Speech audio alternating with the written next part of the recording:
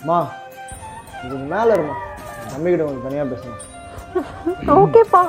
ம் சரிப்பா. தம்பி மேலே ஏறி உட்காருங்க தம்பி. பரவாயில்லம்மா, இருக்கட்டுமாம்மா. அட எத்தனை தடவை சொல்கிறது, சேர்ல ஏறி உட்காருங்க. சரிம்மா. நல்ல சம்பளம், சொந்த வீடு எல்லாம் ஓகே தான் தம்பி எனக்கு. மாமா உங்க பொண்ணு இந்த 2 கையில தாங்க மாமா. உங்க பொண்ணோட பாதம் கீழே படாது மாமா. அந்த அளவுக்கு பார்த்துக்கோங்க. அதுவும் இல்லாம உங்க பொண்ணு நான் இல்லாம இருக்க மாட்டா, யோசிச்சுக்கங்க. ஆடா அது இல்லைப்பா, இன்னும் ஒரே ஒரு டெஸ்ட் பெண்டிங் இருக்கு மாப்பிள்ள.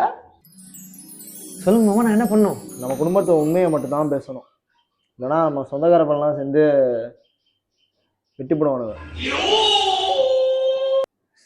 சரிங்க மாமா. அதுக்கு மாப்பிள்ள சும்மா ஃப்ரெண்டு கிட்ட பேசுற மாதிரி போடா வாடானே பேசுங்க. நான்லாம் ஃப்ரெண்ட்ஷிப்லாம் வயசு வித்தியாசமே பார்க்க மாட்டேன். என் மாமனாரே நான் பூனான்னு சொன்னா பேசுவேனே. நான் எப்படி மாமா உங்களை அதை சும்மா கூப்பிட்றாடே. ஏடா ஏடா லூஸ் மாதிரி பேசுற.